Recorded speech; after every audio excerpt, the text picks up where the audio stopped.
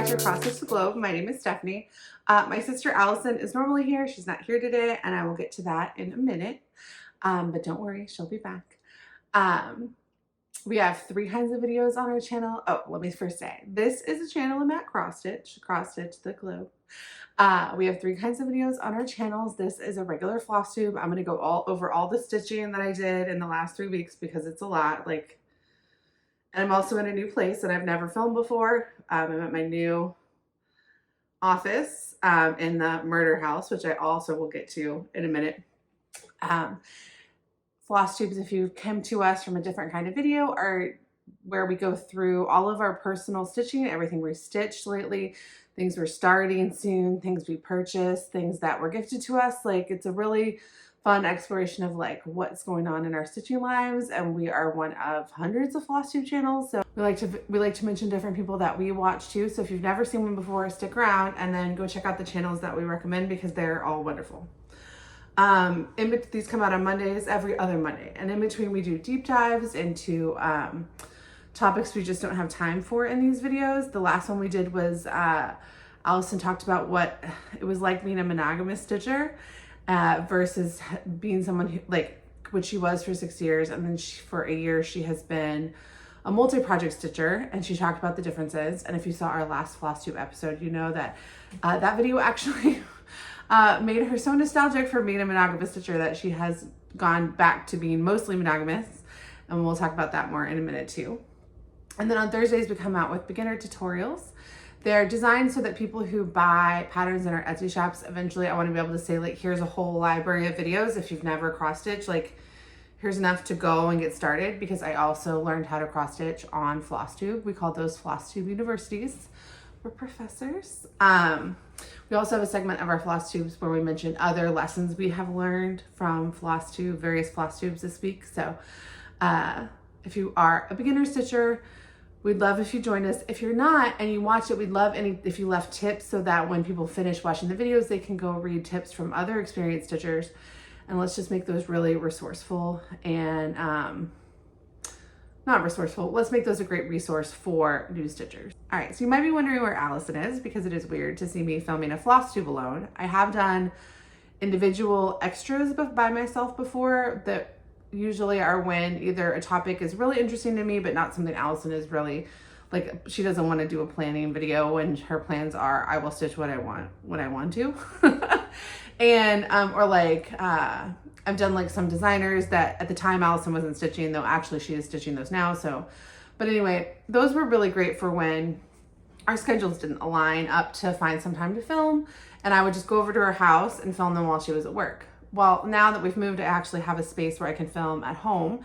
So when it doesn't make sense for Allison to be in a video, I can just do it in my home office, because before we were a 4-person family in a 2-bedroom house, and we were all scrunched together, and now we actually have enough space, and I have a real workspace. So the way that what you're seeing now is I've put stitching here. Normally my desk is going to be over here, but I have this set up so that I want to start. I'm a travel writer. I have a bunch of blogs. I have a few YouTube channels that are not super, not like this one, but I want to start doing more Oklahoma travel vlogs to go with my Oklahoma travel website. And so I have this set up. This is going to say the channel name and everything. So over here, it's set up to be more of a background for that channel. So I thought I would just instead show you guys some of my stitching, which you guys, if you've been around with us for a while, you've seen all of these pieces. But I thought that'd be more fun than looking at a giant map of the United States, which is what's going on over here, and Oklahoma City skyline. So whenever going forward, if there's a video I'm gonna do by myself, I'll probably film it at my house. And so this is not gonna be our main location by any means, but you might occasionally see my office. Or I'm gonna do an office. It's an office / craft room, so I'll do a tour of it when I'm finished setting it up. Right now the floor is just boxes, boxes and piles. Although my whips are finally in a nice thing. So that's why I'm in this space, which you've never seen before, is because I work here now. As for why I'm doing a Flosstube by myself, we tried to do it last week. The timing just didn't work out. And Allison, I knew when we started the channel, there were going to be times when Allison's life would be not conducive to filming together during the very short windows that we both have available to film on the weekends. Because there's really only 2 days a week where I can get childcare and she doesn't work.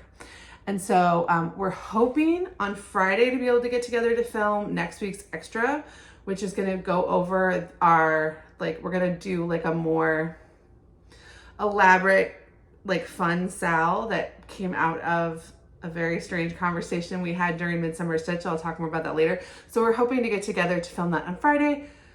Send good vibes that her boss hasn't changed, that she has Friday afternoon off. And that is a time when I also can get my husband's home so he can watch his kids. So that we're hoping that that will work.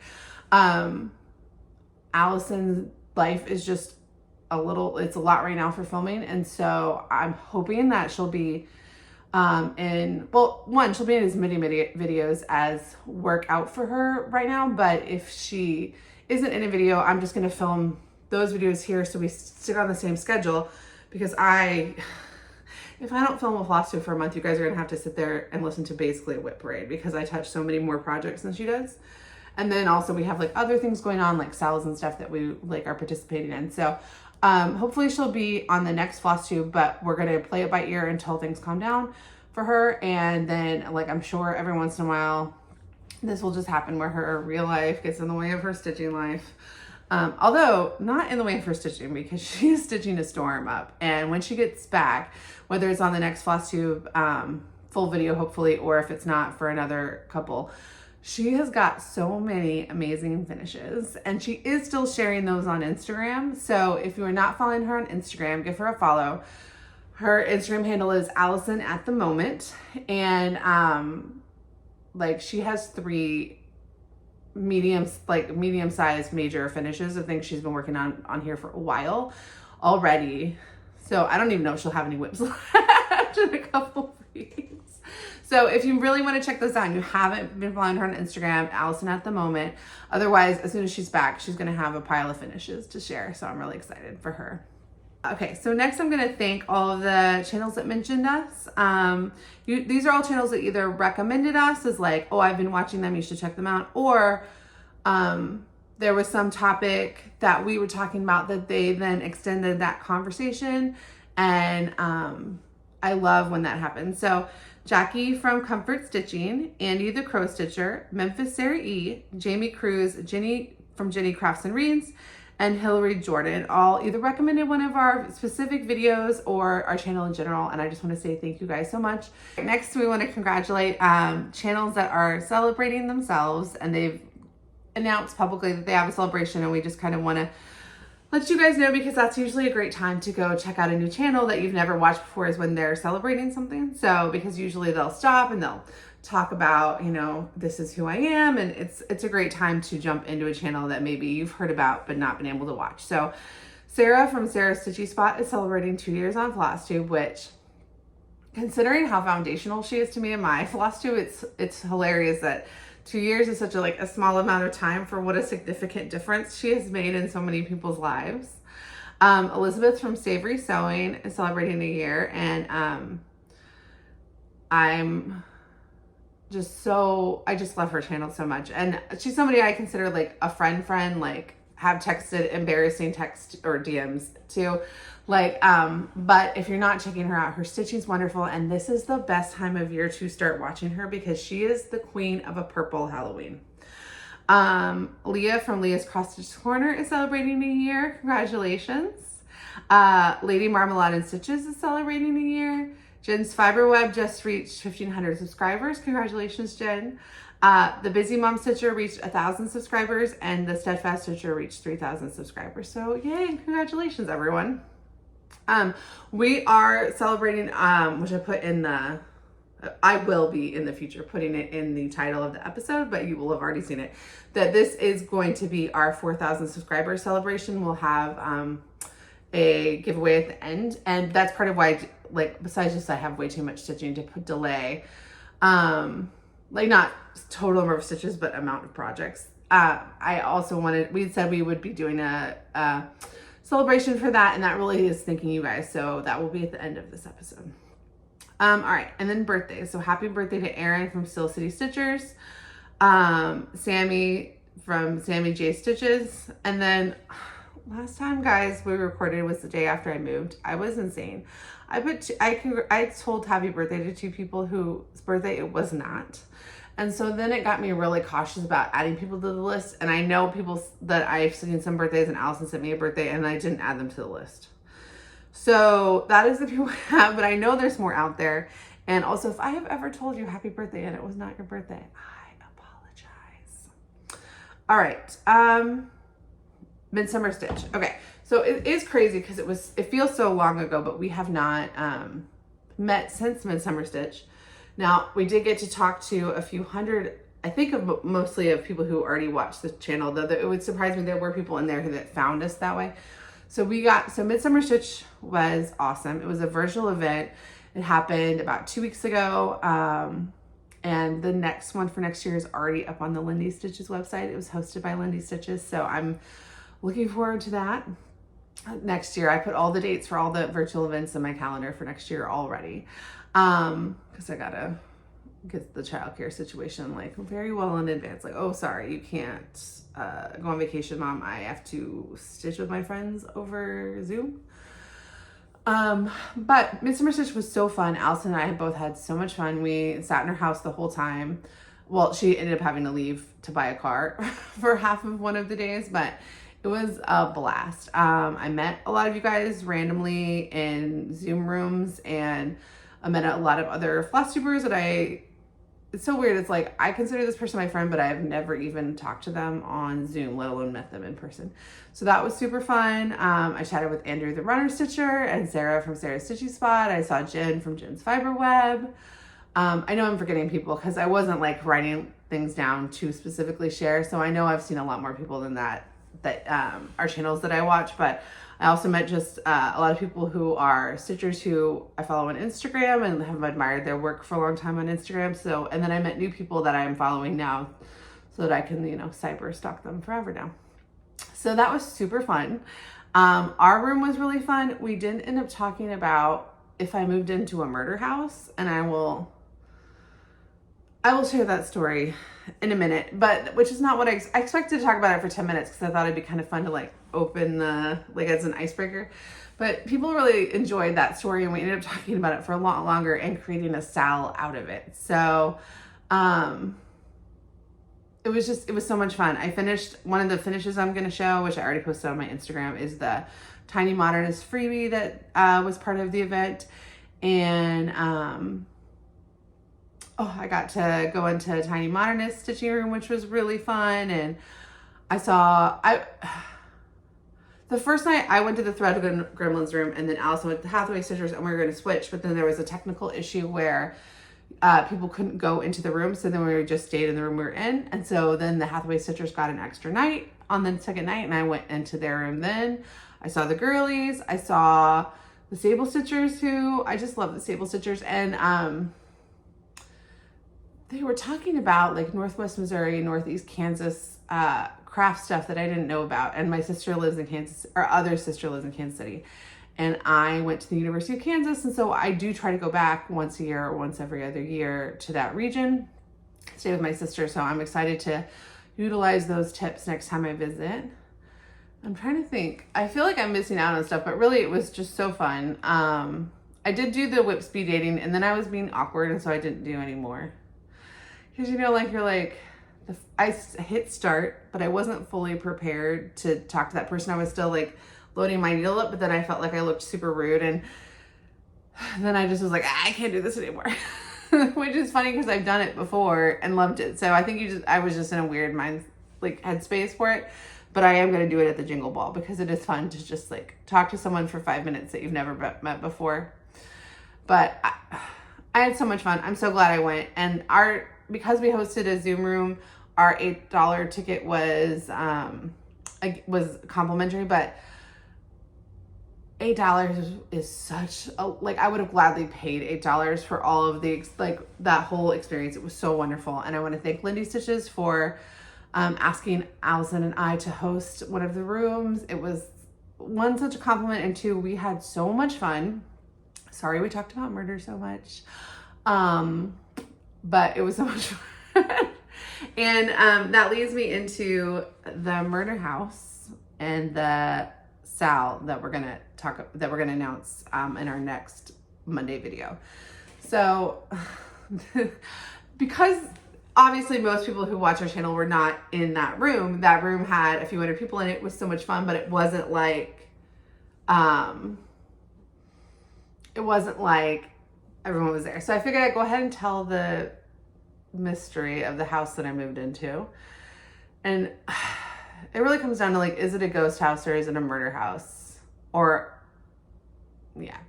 So then I'll briefly talk about the Sal, but we're going to go into the Sal in a lot more detail when we release that video. So I moved into this house. You guys know the last time I was on Flosstube was the day after I moved. And I'm a big city person. Like I always envisioned myself living in a big city. So for college, I went to the University of Kansas, and Lawrence, Kansas is not a big city, but it is like a vibrant college town. Like it's not like sleepy at all, right? And then I moved to Philadelphia. I lived in Philadelphia for 10 years. Philadelphia at the time was like the 4th biggest city in the United States. I've traveled to a lot of big cities, like some of my favorite places that I cover as a travel writer. I write about Istanbul a lot, and I've been to Istanbul a lot. Istanbul is huge. I lived in Sofia, Bulgaria for 4 years, which is not like a huge city, but it does have 1 million people. And then when I moved back to the US, so that my kids, my one child at the time, but my kids, my family could be near my parents and my sisters and brothers. Oklahoma City is like, we moved to Oklahoma City, and Oklahoma City is like, the metro is like 1 million people, but the city proper is like 700,000. So it's not huge, but it's not like small. And when we were looking for a place to rent, I really wanted to try out a smaller town, and there's a really cute small town. So it goes Oklahoma City, then the city Edmond that I grew up in, and then the next town out is Guthrie, and it's only got 10,000 people. It's got this beautiful historic downtown. It like has like one of the best intact, like turn of the century, like 1900s style brick architecture, but it's like blocks of it because the capital was here, but then they moved the capital to Oklahoma City. And when they moved the capital, a lot of the businesses left. So the buildings didn't have that phenomenon where now it's the capital and they need to keep building bigger and bigger things. And so they tear down these old houses and old buildings. So instead it's got this like beautiful downtown corridor, and it's also not a super expensive place to live. It's not like a destination small town. Like there are a lot of places. It's just like a really cute, historic, charming little town, but it's still only we're just 20 minutes from my parents in the other direction than we were before. Same distance from my son's school. Like it has a lot of benefits. And then also it has a lot of really beautiful older homes. So the house we rented is like a 1950s bungalow style house. And those just don't really exist in the city I grew up in Edmond, because Edmond like grew in like the 70s and 80s, and it went from like a pretty sleepy small place to like overnight it was really big, but it was during a different era of construction. And so like across the street from me is this gorgeous Victorian house. Across the corner is another, like I'm looking at a Victorian house with a sunflower garden, and that just doesn't really exist in the town I grew up in. And I don't know if we'll stay here forever, but I really wanted to try it, right? So I convinced my husband to like take on the extra commute time, and we're in the same county that my sister is in, but she's kind of halfway between me and my parents. So we're in the region that I've been in, but it just feels like a different world here, right? The temperature's cooler because there's trees everywhere. There's train tracks like one house over. So like, I love it. Like a train goes by, if you hear train noises, I'm like in love with it. It's like we moved into a cross stitch, right? Like it's so beautiful. I love it. So we get here, it's like the first day, and we meet the next door neighbor, and he says something that's quite strange, because the property manager who gave us a tour seems really nice. I really kind of trust her. She's really sweet, and she also is not the owner. She's the property manager, and the company has a lot of houses. So it's not like one house will make or break them. And we were the very first people to apply that live in this house. So we were going to get a yes or a no. So but there were people in line behind us. So she was not going to have a hard time renting it out. There were multiple pre-approved candidates in line for this house. So she told me, without me asking, we didn't ask a single question about the former tenant. She said there were 2 girls that lived here. They worked remotely, but they work their work is based in Oklahoma City. And so they moved to Oklahoma City because now they have to go into the office. Maybe it was like a new job to go in the office, but basically the gist was like they were working from home here, but now they don't want to commute to Oklahoma City. Fine, that makes sense. Also, I didn't really care that much. Like, I was much more concerned if we were going to have like the number of rooms and a layout that was going to work for us. And again, I really wanted to get out here, and the house is for me, the house that we're renting now is like exactly like, it's like my dream house, like a scaled down dream house. Like, it doesn't have every feature you'd have in your dream house, but it has all of the bare bones of it, right? So I didn't really care. I wasn't asking a lot of questions. She just volunteered that information, and I thought, oh, that's nice. We get to the backyard of the tour, and she said, oh, that's so weird. There's a storm shelter because we're in Tornado Alley. So there's lots of houses here that have little old storm shelters. And she said, oh, that's weird. There's a storm shelter, but it's nailed shut. Okay, well, there's a lot of reasons you might nail a storm shelter shut. If you just like think it's condemned or whatever, like you don't want to deal with the structure of it. But it's weird that the property manager didn't know that, but I didn't think that much of it. And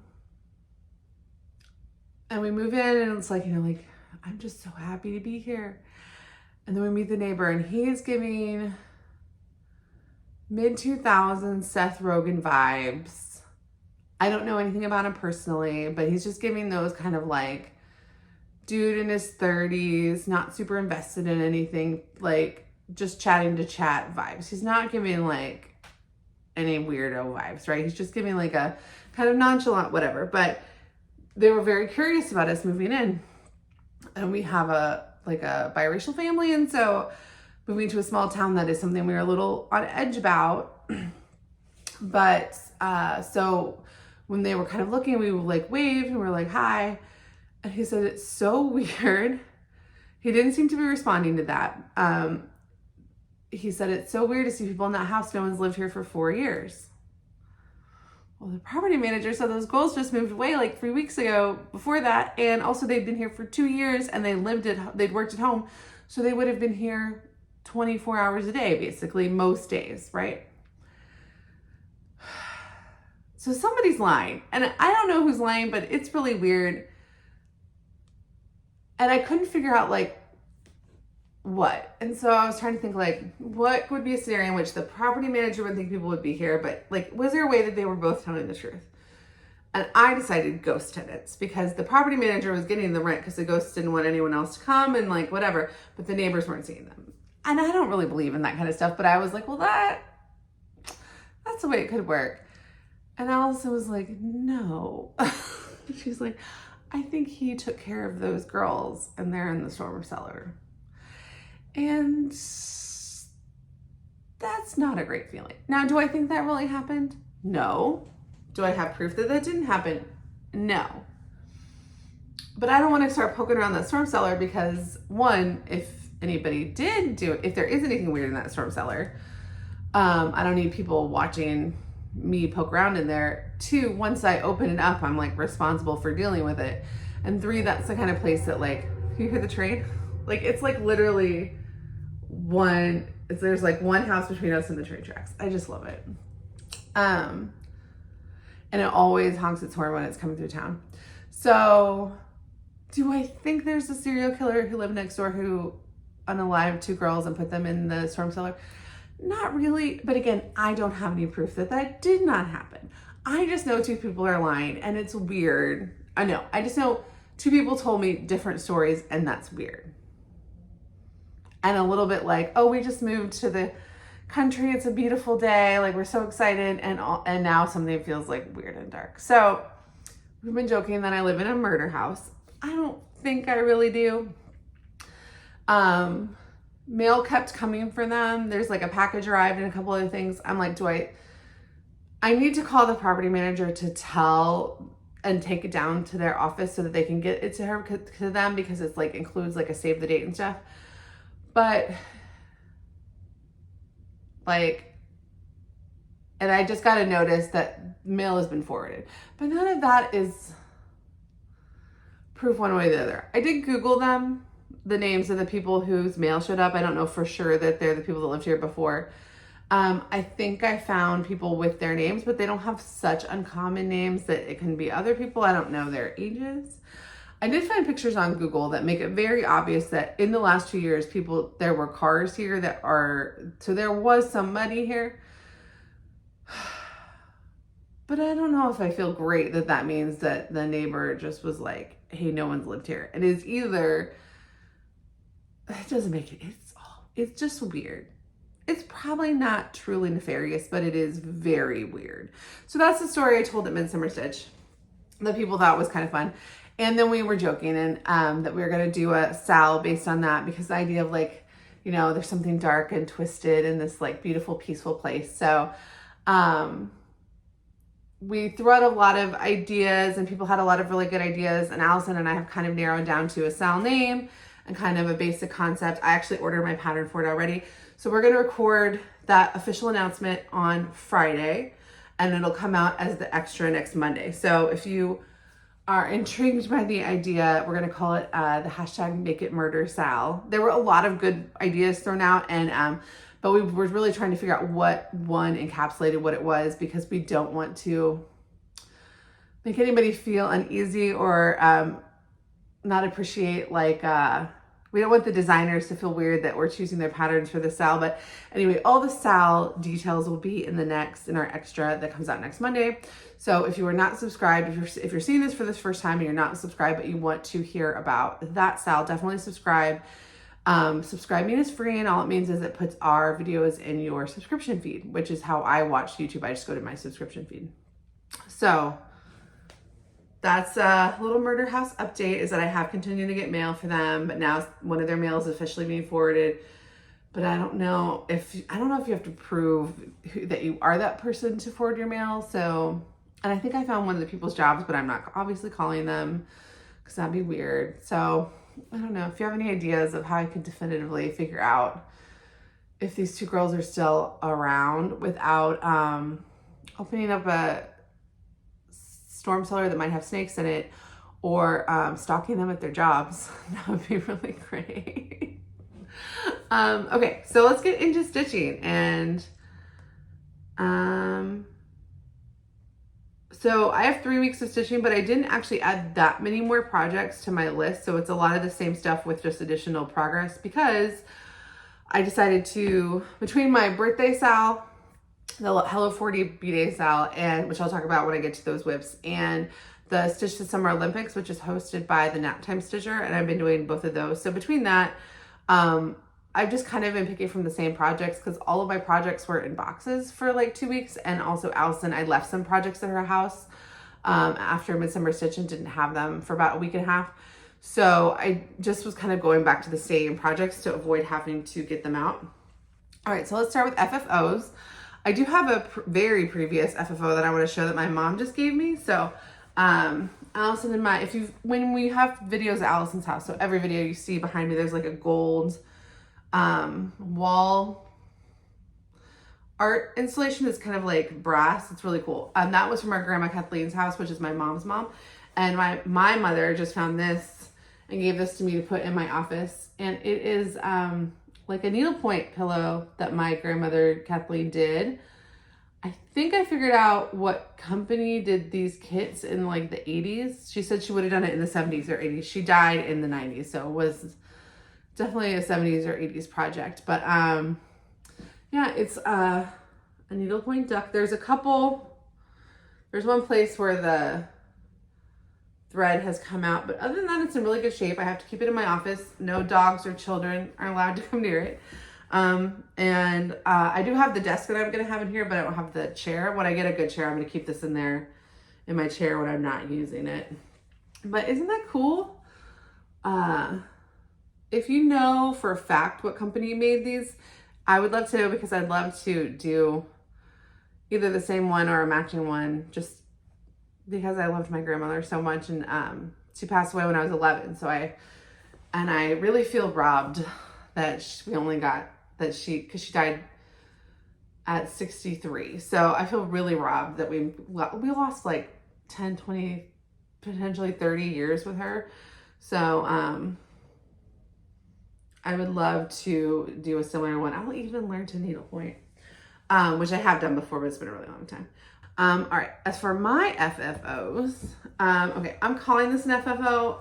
It has a little work to do, but I'm not gonna drag it to Allison's house once it's done. So the Liz Mathews freebie that I did summer celebration for my Hello 40 B-Day sale.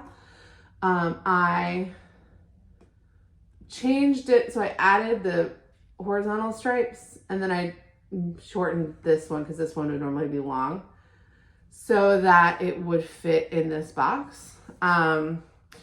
I like it in the box, but I realized after I did it that I really want some batting, and also it's not perfectly straight.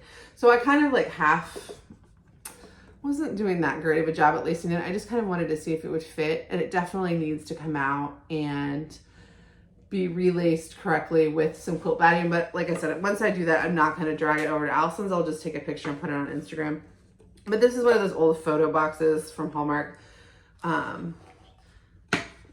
And this is like a 4x6 top. So this can be this for now, but I can pop it out and replace it with other things if I decide to. For now, I like this. This is the Summer Celebration freebie from Liz Mathews' website. And I, for the life of me, can't remember what fabric I did it on. Oh, my nails. Yeah, it's definitely a Stitch Me fabric. I cannot remember the name of it, and I looked it up, and I don't have it written anywhere, so I hope I find it, because it's my new start is also on the same fabric. But anyway, I like it in the box. It does need to be straightened out, and anyway, so that is an FFO, but it's gonna get tinkered with. And that box came from a thrift store. It was like $4. All right, so then I have two finishes that are both smalls. So my first one is the Tiny Modernist freebie from the Midsummer Stitch event, and I did this on 28 count evergreen by Fiberlicious Yummy Fibers. Two of the floss are the called for. This I didn't have the called for, so this is 352 instead of the like 37 number. Basically that one was more of salmony, and this one is a little bit pinkier because it's 352 and 353 plus white. But it basically reads the same, and especially since I changed the fabric from black to green, that would have changed how those colors read anyway. But so many people did so many amazing variations of this pattern. So I think for an FFO, I'm going to have it put into a project folder cover. But those can be a little bit pricey, and they're so worth the money. So I want to save that until I really have the right fabric to go with it and really know like what project is going to go in. I was thinking maybe like one of the Mirabilia Nora Corbett like Shakespearean fairies. Like I have the pattern for Titania, who's obviously in A Midsummer Night's Dream, and I love the play Midsummer Night's Dream. So maybe next time, or maybe I'll just make it into like a permanent project folder for a fairy that I like, whatever fairy I'm currently working on, because I am not a girly girl, and somehow I really am obsessed with fairies and fancy ladies, like stitching them, but not in my real life. So I don't know. Anyway, oh, I said the fabric. Anyway, so, and then my other freebie that I finished is this, it didn't have a name. I just put it in my like Notion as Paris Olympics freebie or Summer Olympics freebie. It's so cute and sweet and little. And it's even more so because I did it on 40 count, like a scrap of 40 count, like side linen, maple sugar. Like I literally just picked a scrap out of my, like a scrap folder. Didn't realize it was 40 count. So it's a little bit smaller. I started in the middle of that scrap too, thinking it was like, I don't know why I thought it was like a 28. I clearly didn't look at the stuff to see that it was so tiny. And I'm glad because we've been talking a lot about 40 count and if I want to do it and if I want to deal with it. And I loved stitching this and I didn't need magnification for it. Even like at night, because my new house is a lot brighter than my apartment. There were times when I had trouble with it, but for the most part, I stitched this whole thing without needing magnification or that much extra light. So it was a great experience, but I did not mean to do it on 40 count. And so I did it in the middle of a chunk that was like much wider. And so I wasted, let me put it this way. I have 2 additional chunks this size instead of having 1 chunk twice this size because of where I placed it on the fabric, which was stupid.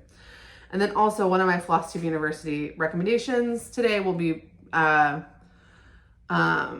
something I learned because look at the flag, the French flag and the 2024 are all 1/1, but I did full cross and we'll talk about that. Oh, sorry, I keep bumping the table or the camera. We'll talk about that in Flosstube University, but that was unnecessary. But look how cute that little 1/1 on 40 count French flag is. I hope you're seeing this. I don't. There we go. Look how cute it is. Now, this freebie was posted on the Histories de Lynn. I'm not pronouncing that correctly. I believe it's French.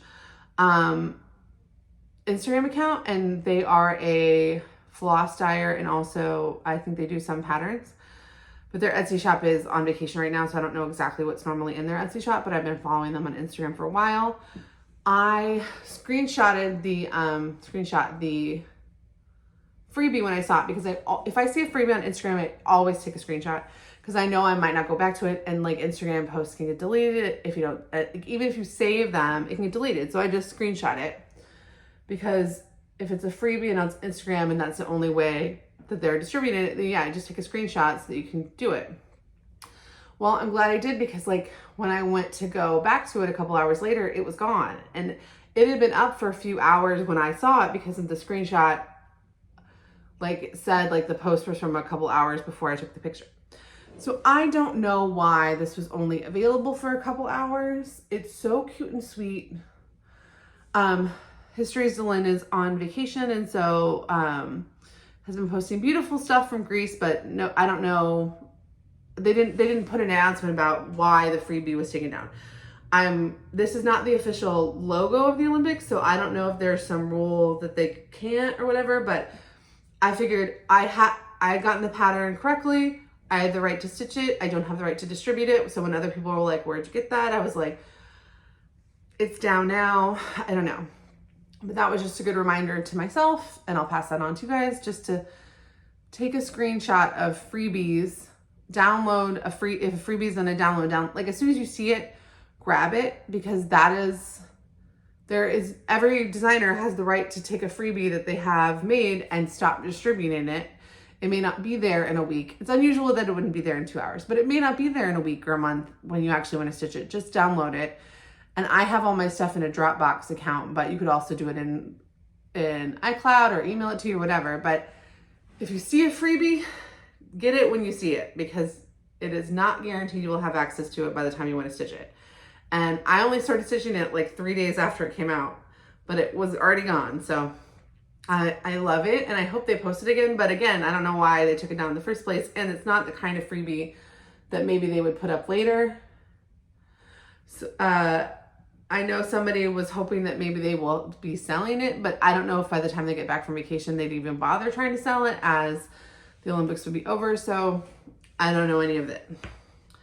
All right, but I know I love it. I think I'm going to turn it into like a little pillow, because I was thinking if I had a little summer dough bowl, now that I actually have a place that can have things like that, like a little summer dough bowl, it might be really cute in it.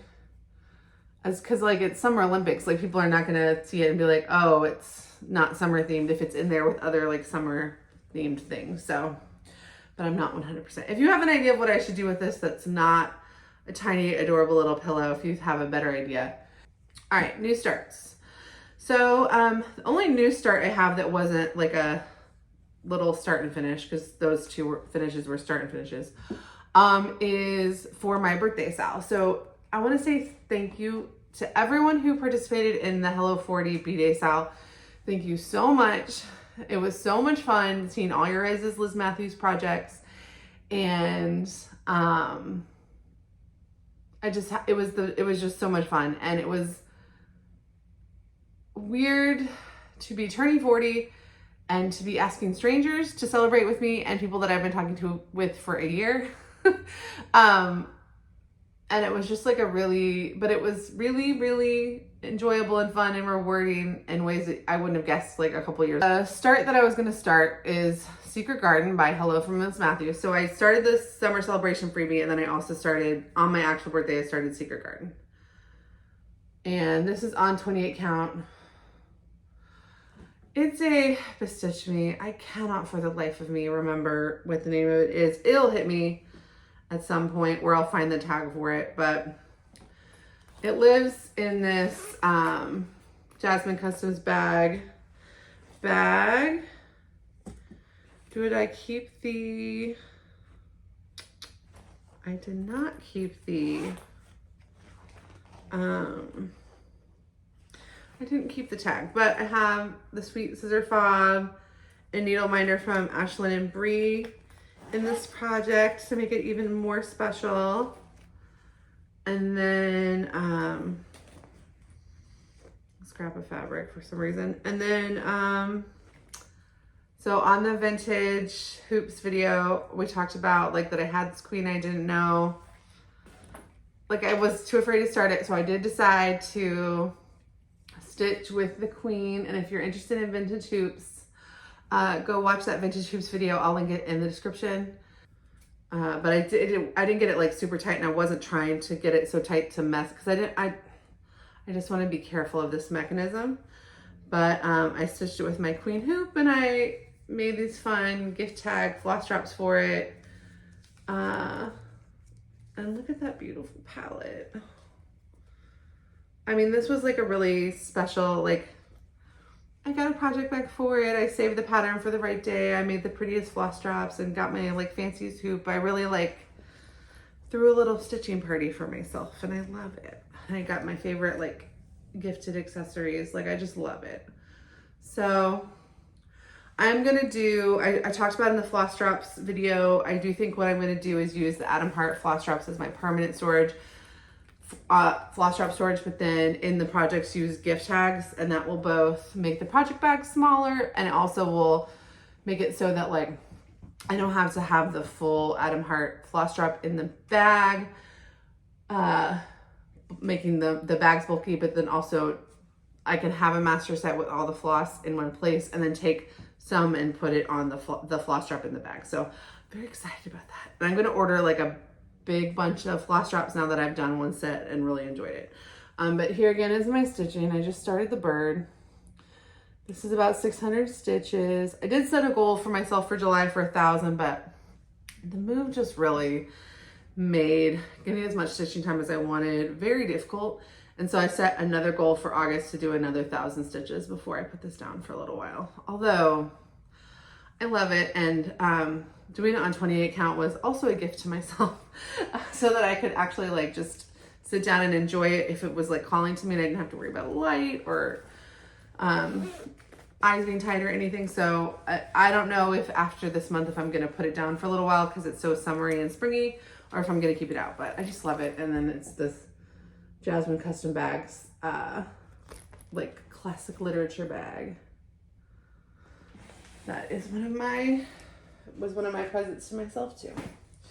All right, next, okay, so now we're doing whips. That was my only start. I do have a start today, and I have a few starts planned for August that I'll talk about in plans. All right, whips.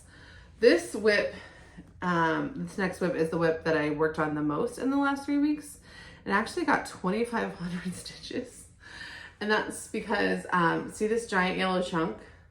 That's what I did during Midsummer Stitch, because I outlined the whole thing, and then I just, that whole day and a half I was just filling it in. And then it was also 24 hours of cross stitch that weekend, so I added this on that Sunday, and I did hit 24 hours of cross stitch over those 3 days, and I also hit 2,000 stitches during that time. And then since then I've done another 500. This top of this tower is actually done, and there's only a couple colors left here. And as you can see, up to this point, is completely done. So this is, I didn't say, but this is one of my patterns. This is Portugal #1 Pina Palace. This is already in my Etsy shop. I started the actual, it's not really a model. I started the whip for my sister's birthday, and I do want to finish it by January. Every time I tell myself I'm going to finish something before the state fair, I then do not want to stitch it.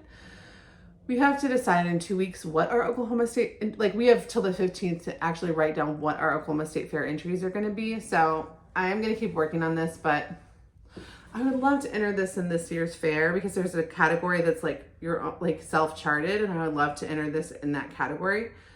Obviously I have a lot of options for things that can go in that category because all of these, well, this one Allison did, so that cannot go in that. Allison's going to enter it in another category, probably. And this one was in the fair last year, but the rest of these models can all go in that category. But this one, I just feel like would be so impressive, like because it's 8x10 and I can frame it myself.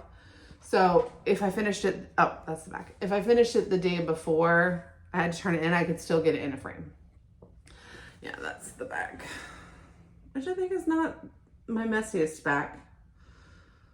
Yeah, so I have 7,000 stitches left, and that would be a real reach to do in the next 3 weeks. So I'm gonna go hard at it in the next couple days and see if I get sick of it. Hopefully not. It's on 14 count white Aida, and it lives in this 805 stitcher bag, and I'm stitching it with this vintage Duchess oval hoop, and this is one of my looser ones, and people were kind of interested in how I use washi tape to tighten them, but this is one where actually, because I'm doing it with Aida, even though the felt is so beat up, I don't have any washi tape on it because there's no like places where it's like would break the fabric, and then also it's loose. It would be loose for linen, but for Aida, it's actually perfect. So, and look how cheery and bright this palette is. So I love, these are the Lori Holt floss drops. I actually really love these, but they're kind of pricey for if I wanted to do every project on them, whereas the gift tags are so much less expensive.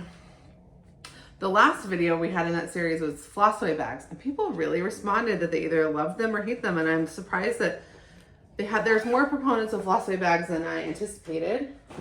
The next one in that series is going to come out on Thursday is going to be about thread keeps and like the like thread cards, basically where it's like one piece is multiple, it's like, but you put the floss on like their floss straps, so that will be fun. All right.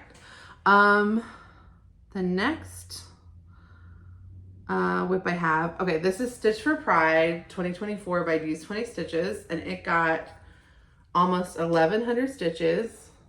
So when I started it, last time you guys saw it, it had some of these two done, and I was trying to work my overweight here over to July so that I could be in July on time. And then I actually got kind of antsy and didn't want to do that. And instead I wanted to finish June and April before moving on. So that's what I did. And you saw my baby start of July, but because I started this June 26th, so I was able to buy it like June 18th or 19th. Because the pattern came out and it was announced at the end of last year, but then it closed and I hadn't gotten it. Allison had gotten it. And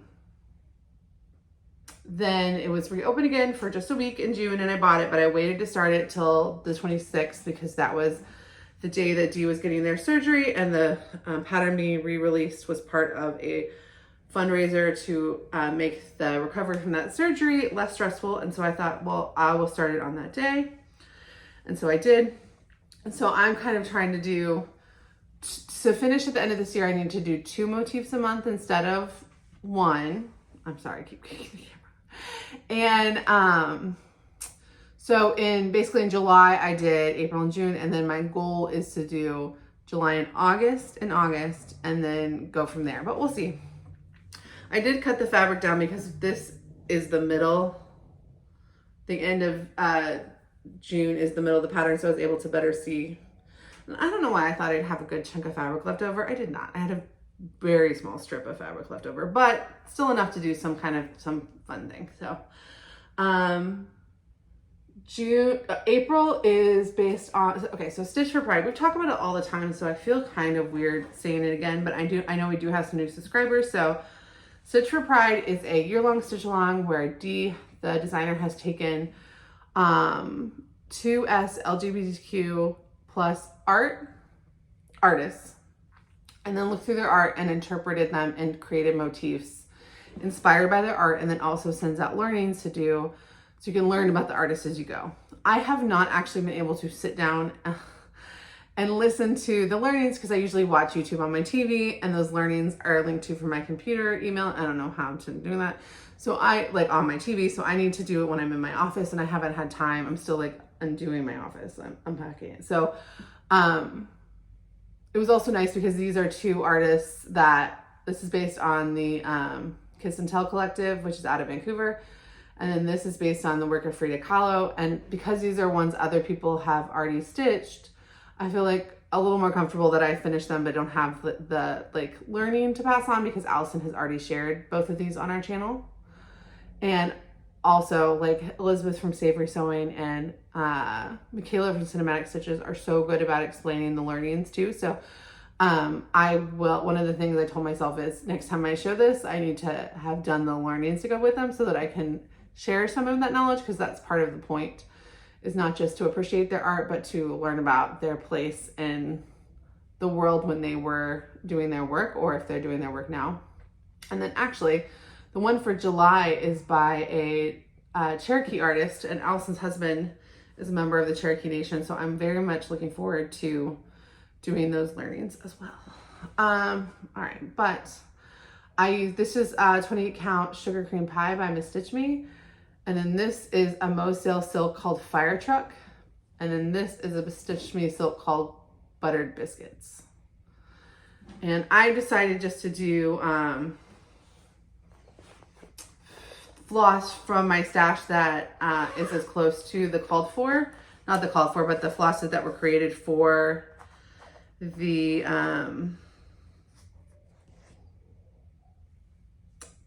SAL. But there's a lot of really cool, like, people doing like very interesting, like I just saw Linguistic Stitches did August in a totally related but different color palette. Like there's a lot of people making a lot of really interesting, like, bold choices that I'm loving. And I'm stitching in this with a vintage Gibbs coat spring hoop.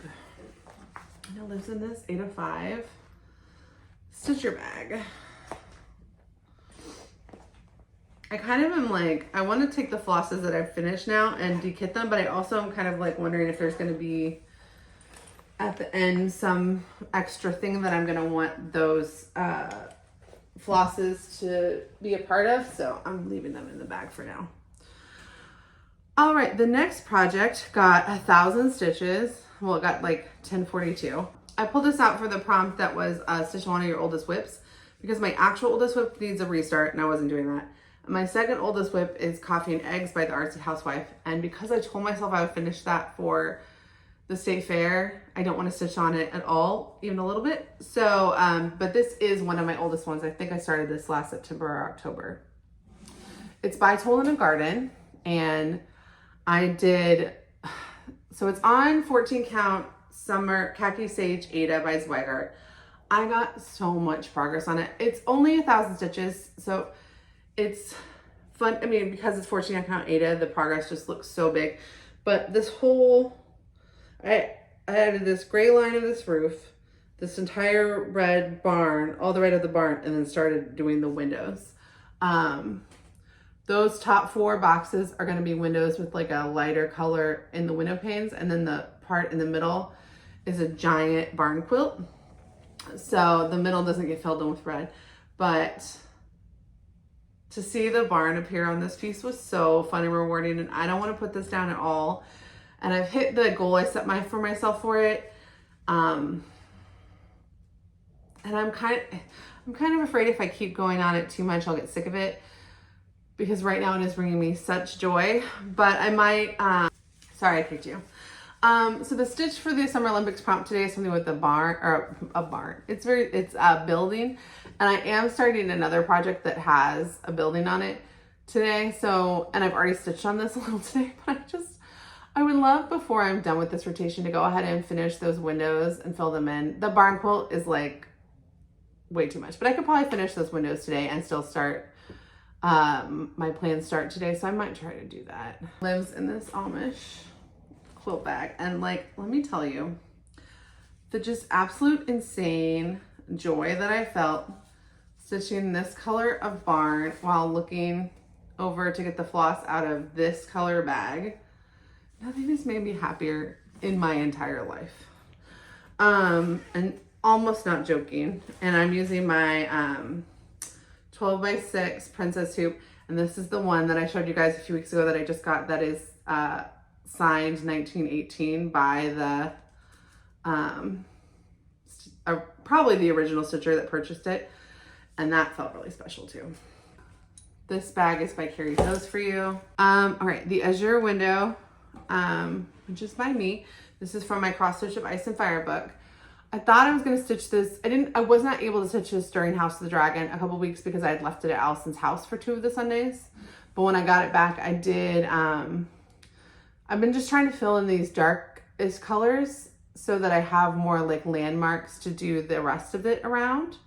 And it only goes to here. I don't know why I started it. I started it in a weird place, but whatever. Yeah. Why did I give myself 1 inch over here and 2.5 inches over here? Unclear. So and then I also like had outlined the sky, and I'm filling that in. I was really hoping to have the whole sky done this week, but I just didn't finish. Now the finale is tonight, so I am going to be doing the sky tonight. Probably will get done. I'm going to keep this and Pina Palace out and keep working on them because I always want to have a couple of my own pieces going. I love seeing it like come in, like it's fun to slowly see like this. I got this out specifically for the Olympic prompt that was like stitch something with water. And even though the water was done, filling the rock in around the water was nice. And it lives in this Carrie Sews For You gnome bag that I'm just going to be keeping all of my models that are this size in, because I have the right size Q-snap in here for that. And then I have the rest of that fabric. I'm doing this on a 16 count Zweigart Easy Grid, which is the same as I used for that one. So the next one is Summer Quaker, which I pulled out for the Olympic Challenge, one of them. Which Olympic Challenge did I pull it? I pulled it out for the challenge that was the rings one, that was like work on something that's the color of the rings, and I have the green inner border of that going, and I quite detest the border. Was really making me annoyed. It's very simple. It's not a difficult border, but it was making me annoyed. And so I had stopped working on it. And so getting it back out for that challenge was really good. I did 250 stitches on it. So everyone's seen what Summer Quaker is, and I probably already showed it, but just in case, it's here. And I'm doing it on 36 count bisque by Lakeside Linen. And I was watching The Real Housewives of New Jersey, and so I'm getting a lot of Real Housewives of New Jersey flashbacks when looking at the second half of this border. This border is so easy. There's a couple places where it's different, but it's not different in a way where if you missed that it was different, it would mess you up. But it was just annoying me. Like, it was just really annoying me. And so, but I was glad when I got to the end. And when I got to the end, I realized this is not as big of a piece as I thought. And what was I thinking when I started it here? Because I'm gonna have, look at this. Okay. I'm gonna have this much fabric left over. I could probably actually even cut it now, but I'm gonna wait till I get to the other side of this blue. But I'm gonna have so much fabric left over. Why did I only give myself less than a 2-inch border? I must have calculated, this is 36 count. I must have calculated my measurements based on like 14, 28, like a 28 count, because There's no reason that I give myself that small of a border. Now it's like said linen, so I don't mind being a little bit stingy with the margins as long as they can actually frame it, because I know this is what I'm going to want a professional framer to do, but that's a problem for 2029, Stephanie, because this is going to take a lot of summers. I have not organized my floss yet. They're literally in a bag, and I'm doing this with a Q-snap. And it lives in the other bag I got myself for my birthday from Jasmine's Custom Bags, which is just this kind of fun New England print. All right, last whip. So this is Summer in the Village. I only did 100 stitches on it. I was trying to hit 600 in July, but I only got to 500 total. So I only did 100 since the last time I showed it. I just added more inner tree trunk and branches and these apples. I have 50. Oh, this is by Embroidery. It's on 28 count Ethos by Tropical Stitches. I have so many counting errors in this tray. I don't even understand how I did it, but they're all isolated in the tree. So as long as I can make the tree look fine, it will be fine, because they're not errors. Like if I count off the bottom of the tree trunk to the house that comes next, there's no error there. But internally, nothing is quite where it's supposed to go. I don't know how I did that. I really don't. I don't know how I did that, but it will be fine. I love this pattern. It's a freebie by Embroidery. That and Summer Celebration are both freebies that we mentioned in our 30 free summer patterns video, which if you haven't gone and watched that yet, go and then download any freebies you want, because again, freebies can disappear. We learned that the hard way. I am stitching this with this, oh, I love this. This is I think this is a 7-inch Princess, and I'm using the Alforce thread pack, and I am going to be placing an order for a little bit more Alforce stuff with another girl who lives here, and we're going to split the shipping, but I'm like going back and forth on exactly what I want to order. So luckily she's in a rush, because I'm taking my time, like exactly what I'm going to get. It lives in this Kathy's Posies sweet summery cherries bag that I love. So those are all that's all my stitching from the last 3 weeks. You would think this video will be shorter without Allison, but I don't know if it's going to be substantially shorter. All right, let's get into, plans. So I'm going to keep stitching the Summer Olympics. I really am liking that. I did make goals for whips for this August, and I think every category of the Summer Olympics is going to naturally fit one of the projects I already had picked to have goals. But if any of them don't, then I will just pick something else and touch it, because I've hit every topic every day. I haven't posted on Instagram every day, but I've done the actual stitching for every day. And then some topics, like I keep using the same whip for multiple days, and it's like, well, I'll just show it kind of at the end. All right, 2 Kinds of Delicious Sal. It's hashtag 2 Kinds of Delicious. Are the hashtags here. But anyway, Allison, my sister, is going to do Dark Golden Delicious. I'm doing the original Golden Delicious. Beck from Beck Stitches Everything is hosting with us, and she's doing Dark Golden Delicious. And then I know some other people are joining. So if you're joining us, we're starting today. It's Sunday, August 4th. So by the time this video is posted, I'll have already started. If you want to start anytime. We're very excited about it. We know there's a million Artsy Housewife pieces that are so good, but I've had this one kitted up like since last year's online needlework market. I can't wait to start it. I'm very excited about it. Black Cat season. I'm going to be stitching that with Kylene from CCL Stitches. We both have it ready to go, and we both are ready to start. We haven't picked like an official day to start. So, and I haven't like sent it to the calendar or anything, but I'll DM her and ask her like when she wants to start, and then we'll put it up in case anybody else wants to. It's for Black Cat season by Lindy Stitches. There are 5 or 6 patterns. You can either buy them all together, or you can just buy one of the individual ones and stitch them individually. And they're so cute and sweet. I'm going to do the whole thing as a bell pull.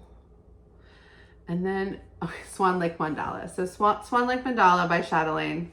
I'm going to be starting that with Rachel from Looking Floss. I just ordered my fabric for it, but it's not going to be here until probably late next week. We have not picked a start date. We are going to start in August, but we haven't picked a start date. And if the start gets pushed back to September, like, that's fine too. I'm going to do it with all DMC. Like, I think I'm even going to eliminate the Kreinik. The pattern project list has a DMC conversion for everything. And I think I'm going to do the entire thing in DMC with beads. And I think it's going to be beautiful, but I also think that's going to eliminate, for me, the feeling of guilt of having like a $400 kit sitting there when I have so many projects going, because it's still like $40 for the fabric and a $40 pattern and $40 worth of DMC and a $25 bead kit. So it's still like a pricey kit, but it won't be like the craziest thing that I could do. So I'm excited, but that was Rachel's idea to do it in DMC. And I really think that freed me into deciding that, yeah, I can go ahead and start a Chatelaine, because I'm not committing to the most extravagant, beautiful version of it, but I think it will still be very lovely. And I plan on doing a full rewatch of The Americans while I stitch it. And also I'm gonna rewatch Death to Stalin, which is one of the funniest movies ever made. I'm gonna get real into some English American productions of Russian cultural and historic like stories, and it's gonna get real good. I love that kind of stuff, and I do miss living in Eastern Europe sometimes. Not all the time, but sometimes I really miss like walking down the street and seeing like a beautiful Orthodox church, and like I'm not Orthodox, but the architecture is just like overwhelmingly gorgeous. And so I'm excited. Whenever I pull out an Alforus piece that is more Russian history, like the Cyrillic alphabet I'm working on and stuff, that kind of stuff is just really fun. But I really haven't sat down and done what I want to do, which is like watch the Lily James version of War and Peace again, you know, watch the Keira Knightley Anna Karenina again, like really enjoy all that stuff, but it has to be in English because I can't do subtitles while I'm stitching. Those are my plans. And now Flosstube University, we put out our lessons for Flosstube University on Thursdays, but we also like to share things we have learned around the interwebs of Flosstube. I have two that I want to recommend. So Amanda from Artist Designs, her last Flosstube, she went through her Maryland State Fair selections that she's going to enter and why. It was really helpful for me. I'm actually just basically going to enter everything I finished, even if it's kind of weirdly small, because if I'm going to go down there, we are allowed to, there are like 20 categories and we can enter 2 things per category. And I will have more finishes next year. So it doesn't hurt me just to, and entries are free. So it doesn't hurt me just to enter things and see what happens. So I'm going to enter, so like, it'll be like a month where there's nothing on the wall. I have my finishing, like my bag of finishes over here that I need to like redo. Like I'm just going to take everything. But it was so good to watch her go over like her finishes and what she's entering and why. And then Dee from DeesTwentyStitches. I was watching their most recent Flosstube, and I was stitching that Paris Olympic freebie, 40 count, 1/1, cute little French flag. And I don't do a ton of 40 count, and I don't do a ton of 1/1. I do some 40 count. I almost never do 1/1 on it, because I don't do the kind of samplers that usually require a lot of 1/1. So it didn't occur to me until I was halfway through that flag that if you do 1/1 on 40 count, you can do half stitches. I really wish I had watched that Flosstube before starting the 1/1, but it's fine because it's cute and it's done. But I will never forget literally stitching 1/1 while being told, oh, you can just do a half stitch, and I'm too far into it to go back. So thank you, Dee. That is a lesson I will never forget. Literally will never forget it. And I don't know if I should feel silly like that's something everyone does all the time and I just didn't know because I'm not that experienced, or if it's like one of those things in cross stitching that's a preference, but I definitely felt silly.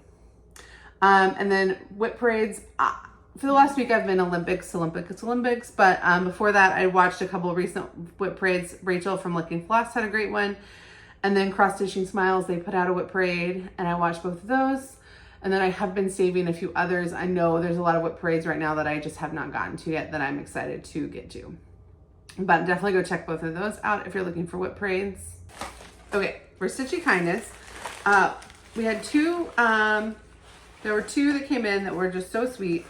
So Annie from XO Needle in the Hay XO, who did that great Stitchy Box class at Midsummer Stitch, she collects cardstock prairie schoolers, and I have some. You guys have seen me give away some. And so I reached out to her to see if I had any she needed, and I did, and I was offered to send them to her. But then I moved and they're in a box. And so I have literally not mailed them yet. They will be going out this week. But she asked me if I wanted any of the ones she had as duplicates, and I was like, yeah, sure, I'll trade you. And so she sent, and she is like an organized, responsible person, and sent hers like the next day. And so she sent me the Prairie Schooler Rain, Rain, Go Away, which I had never even really seen before. It's so cute. And that is, and then she also sent, she had a duplicate of the Annie B's 12 Days of Christmas. And I don't think it will come as a shock to you that I was very excited to tell Allison, hey, we got the 12 Days of Christmas. I might, I don't know if Allison or I will start them first. Probably Allison, because she flies through projects and I accumulate projects, but they're so, like, I've seen them online. They're so much cuter when you actually get to flip through the book than even just the pictures of them. And then Annie also sent like a sweet note, which I will not read because it's private, but with this like adorable, I mean, like, is anybody shocked that Annie has like the best taste and is the sweetest person? Like, no. And then she sent 2 skeins of 310, which is like so clutch. And then also she sent like stickers that she designed. She designed some of these. Some of these I think were, like, she sent a bunch of stickers. So when I do my Stitchy case, I'm going to do like the coolest. I'm going to have like the coolest stuff. Look at these. Oh my God. These are like the kind of stickers you like as a grown-up you want to buy for yourself. I mean, they're just insane. So I don't believe that she designed all of them. I think she designed some of them, but they're all curated by someone with the best taste you've ever encountered in your life. And then this sweet little drawing book. I mean, I'm obsessed, and I was like overwhelmed. And then of course, like the stuff I have to send to her is still in a box, but it will be going out this week.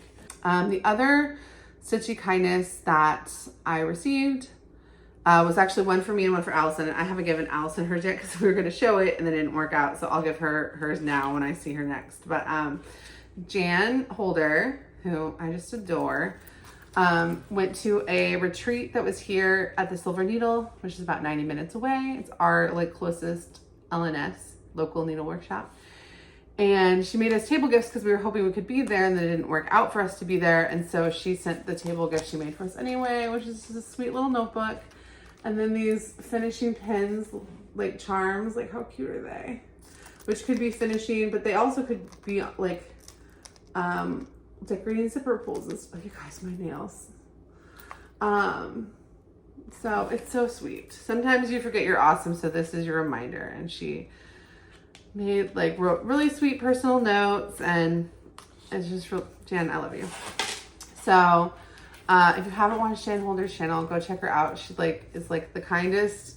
She's so kind, first of all, but also like she stitches everything. And so if you like a dimensions kit or a Teresa Kogut sampler or like a cute little freebie or like a fancy lady, I mean, she stitches everything, but she's also just the nicest person. So I will link to both their channels below. Annie's channel, it's so inspirational. It's funny because I am creative, but I wouldn't say really artistic, but I am like, because the type of photography I do is more like editorial, and it's travel photography. So like I'm inspired by things I see, but I'm not setting them up. So to watch Annie just create these worlds is so fun. All right. So, haul. Okay. I have I have some haul. I didn't spend a lot of money on the haul, but I have some haul.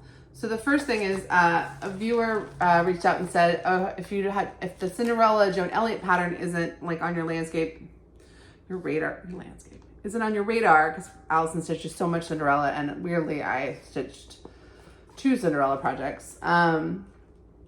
There's one on eBay that's not going for very much, and so I was able to get it for like not a lot, but less than I would have paid for it new as a used pattern, and it's so pretty. And obviously, like at some point I'll end up passing it on to Allison, but I was thinking I might do it for her birthday style next year, for her princess birthday style, because if I can finish my Pina Palace, I don't really want to start another Mirabilia, even though I have a lot of Mirabilia princesses, because I have too many on the go. And it doesn't count if it's a fancy lady that's not by Nora Corbett. If it's by Joan Elliott, it's a totally different thing, right? So I got that on eBay, which is exciting. It got here yesterday. And then inspired by Hobbies of Holly to look more on Facebook Marketplace, which I have bought Facebook Marketplace cross stitch stuff before, but inspired by her, I kind of expanded the list of words that I'm using to look for things. And there was a listing for 5 vintage hoops, and 2 of them were the ones that I really wanted. So I got this lot was listed on Facebook Marketplace for $35. So it includes this 7-inch Duchess, which during the vintage, and look at the felt is like perfect. During the vintage hoops video, I realized, since I got them all my hoops out, that I realized most of my Duchesses are like 6-inch or oval hoops. I actually didn't have any of the bigger Duchesses, so I was excited for that one. And then this is my favorite size of princess hoop, is this 12 by 6 inch oval is my very favorite kind. Now this one, the place where they normally are joined, so this is a seam in the wood that's come undone. It's not like a break, it's just an undone seam. But that doesn't bother me, because I'll just washi tape it and it will work fine. And if it doesn't work fine for linen, which I think it will, then it will work fine for Ada projects, but I think it'll actually work fine for linen. So yeah, so I got these for $35 total, plus it came with 3 other hoops that I'm not going to use as much as those, and may at some point resell, but I'm still excited to have. So it came with this 4 or 5-inch metal spring hoop that's in really good, clean condition. And the more I talk to people about the metal hoops, like, the more I'm like, yeah, I should be stitching with them or cleaning them up and getting them to people who want to stitch with them, because they are in great condition. And then this 9 by 4.5 oval spring. And I actually have a few of these, but you know, you're a cross stitcher when you just have pieces of needle minders everywhere. But so these are both hoops that I would use if I didn't have other hoops that I use instead. So I probably should clean them up and move them along. But it came with these 4, and then this bigger, I think this is really more for quilting. I'm not 100%. The quilting hoop I have is a circle, so it's kind of fun to have an oval one. I don't know if I'll actually keep this or pass this on, but this whole set for $35 was a really good deal. And the woman said she comes across this stuff all the time. And so I said, well, if next time you have a bundle, you can just DM me instead of listing it. We'll see what happens. And then the other vintage hoop I got. So when we moved to this town has like 10 antique stores. It's like one of those places you go to antique. And I was going from antique store to antique store, and they didn't have very much cross stitch related stuff. Like they had stitching for sale, like stitch pieces, but I really wasn't looking for that. I do have the lavender and lace vintage piece that I bought that I showed you guys a few videos ago. I have that on the wall over there, and I'll show you when I do my craft room tour. But they didn't have much, but I was really looking for like hoops and patterns and stuff. I wasn't really looking for like stitch pieces. And the stitch pieces they had were not pieces that I was like wanting to have. Like if I'd seen another like one I recognized or one I really liked, I would have got it. But I asked the guy if they had cross stitch stuff, and he said, oh, we have some like things and displayed in vintage hoops. And that's mostly what I saw, whereas if I saw a hoop, it was like a piece that was displayed. But look at this. So this is a $20 to $25 vintage Gibbs green hoop in great condition, except someone hot glued this freaking weird, this is not painted, this is just a print. And it came as a set with this one. Now, unfortunately, this is a vintage hoop too, but it's a kind I'm not as like interested in using. These together were $6. And it's like you ruined a hoop to make it worth a fourth of what you could sell it for without ruining it. So I messaged Hobbies of Holly. I was like, ugh, look at this. Do you think I can save it? So that'd be fun to like work on, maybe make a vlog of trying to save this hoop. Because it was like, you know, and then I might hang this in my office as a warning to anyone not to mess with. But like, it's not that they're bad. It's just that like, now one thing I will say, it occurred to me, I need to just double check and do some research and make sure that these are not something that I should care about before I destroy one. But I don't think it is. I think it's just fabric hot glued into vintage hoops, which is so depressing. But I'll just double check and make sure that it's not. And then if it's not, I think I'll try to save this one and make a vlog about it. I think that'd be kind of fun. But if I can save it, it was the equivalent of $6, which is a great deal.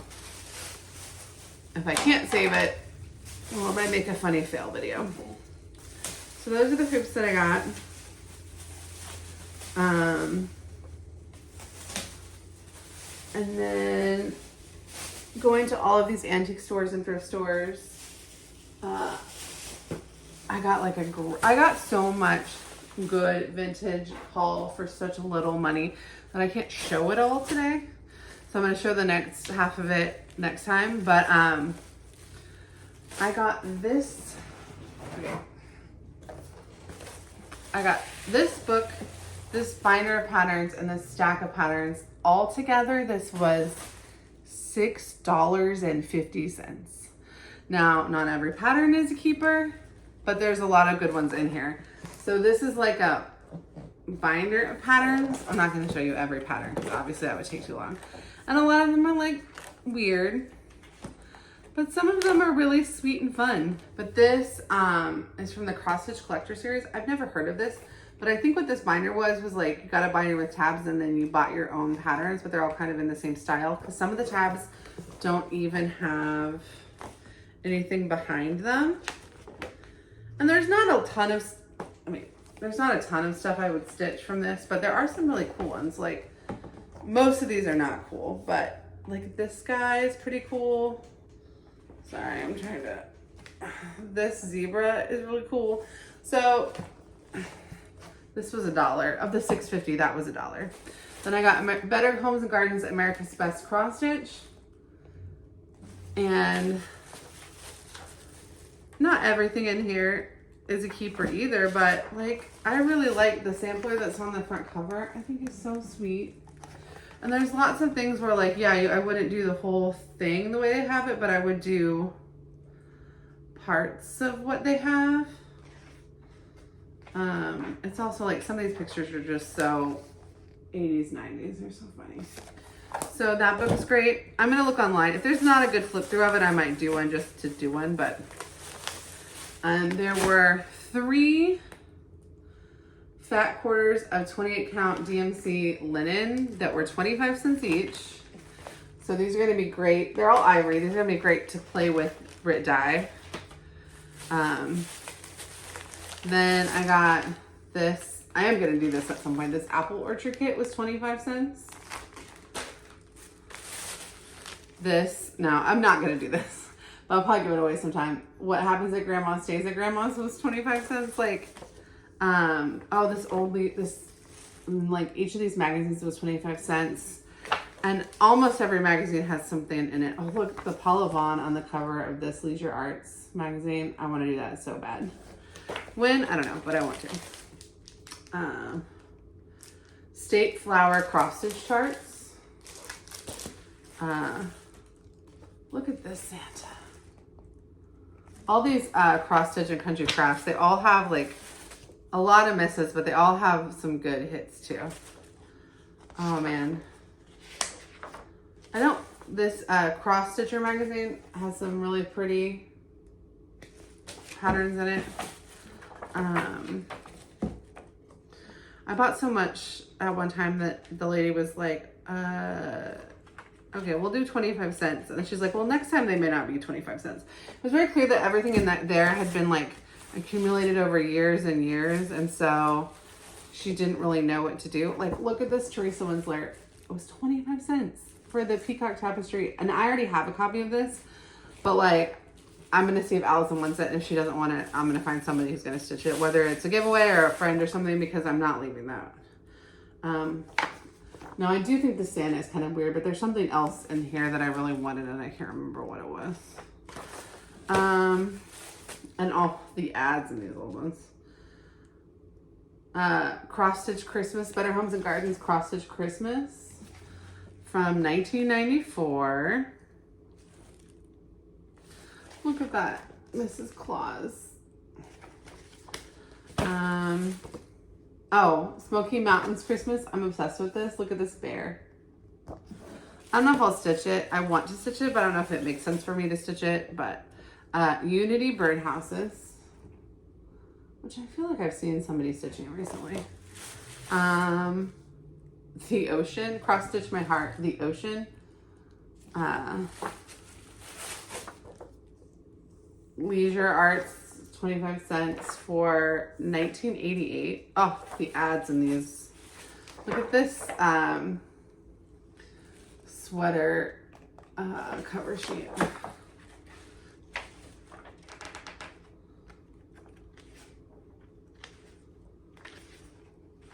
I posted this on my Instagram stories, but this ad cracks me up. And then, oh, the Cross Stitch and Country Crafts. This is one of those stockings. Memphis Area is doing a different one. This is the music room stocking. And then Cross Stitch and Needlework 2006. This has a Mary Englebright Halloween pattern in it that I want to do. Love to redo it with the color, like my daughter's coloring. I don't know if I would do it as and then make her also be the witch. But if she liked it. That was my vintage haul from all the antiques. Now, I feel like I have cleaned out all the antique and thrift stores of all of their stuff because most of them didn't have any. So I probably will not find the good stuff again, but it will be fun to like occasionally pop in because there are so many of them. And what I was really looking for, besides cross stitch stuff, was a desk, and I didn't find a desk I like, and I ended up having to buy my desk at Target. The only other haul I got in the last 3 weeks was I bought Toonies by DeesTwentyStitches. I had wanted this pattern, but I didn't get the copy of the paper pattern, and I didn't realize the paper pattern was sold through DeesTwentyStitches Ko-fi. But the artwork, and it was charted by Dee, but the artwork is by Uncanny Kari. And I didn't realize the PDF was available on the Uncanny Kari website. That was me being dumb. But there was another pattern that went up for sale for Vancouver Pride that was on Uncanny Kari's website. And when I was looking for that one, I ultimately, when I saw Toonies was available on the website, I was like, oh, well, I'm buying that. Because, like, I wanted to be supportive on that day, but I was like, I'm stitching Toonies. Like, that needs to happen. So that looks like this. And so cute. This little fluffy duck. So I will be stitching, I don't know at what point I'll be stitching that, but that has been on my like 2-stitch list. So when I saw that it was available and I had just been being dumb about it, I was like, well, let me fix this right now. So I got that. But that is all my haul. All right. So our 4K celebration. So thank you so much to every person who subscribed and watches our channel. I can't believe we hit 4,000 subscribers. That's wild. I know every person who subscribed doesn't watch every type of video because we have different types of videos. So, but I hope every person who wants to at least catches that this one might be a special video. So what I'm going to do is I'm going to do a $25 Etsy gift card because the state of my office is not conducive to me going through and finding all like finding like a bunch of patterns that would be worth like a 4K style celebration level. And we have our 1-year anniversary coming up in September.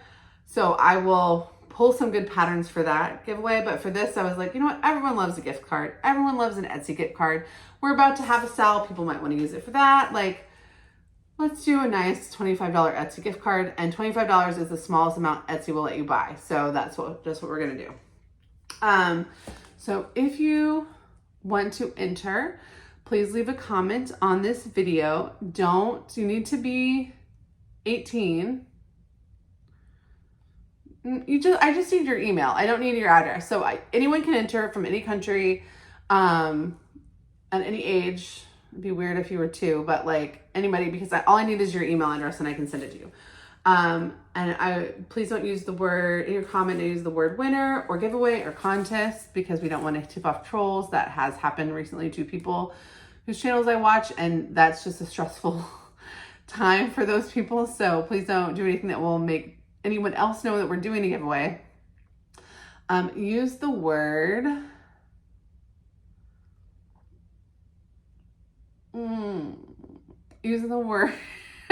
you'd think I would have like pulled something. Use the word August in your comment if you want to be entered for that Etsy giveaway. I will announce it when on our next Flosstube. There will be another Flosstube in 2 weeks, whether it's me by myself or me with Allison, which is obviously what we hope. But that way you guys know in 2 weeks there will be a drawing for a winner. You can come back in 2 weeks and find out if you won. And the contest, you can enter up until, so 2 weeks from Sunday, August 4th. Okay, let me just get more scientific about this. I pull the winner before we film so that Allison and I can talk about it together. So you can enter this through the 17th of August, and I will draw the winner on the 18th before I film, or hopefully we film. If you made it at the point in this video, first of all, thank you so much. And thank you guys for allowing us to have the week off. And if you went to Allison, you missed her in the comments, go follow her on Instagram, but she will be back. And if you made it to this point in the video, leave a sunflower or any flower emoji, and that'll be our secret language that you made it to the end of the video. And thank you guys for, if you made it to this far too, for watching me do a Flosstube by myself. It's a very different experience than doing it with someone who there's less laughter involved me to myself. But thank you guys so much, and thank you guys for supporting us and for subscribing. Thursday's tutorial will be out about floss cards and thread keeps, and then Monday we'll do our Murder House Sal hashtag Make It Murder Sal announcement with all the like bigger explanations about it. So subscribe if you're not subscribed so you get those videos in your feed. And thank you so much. Bye.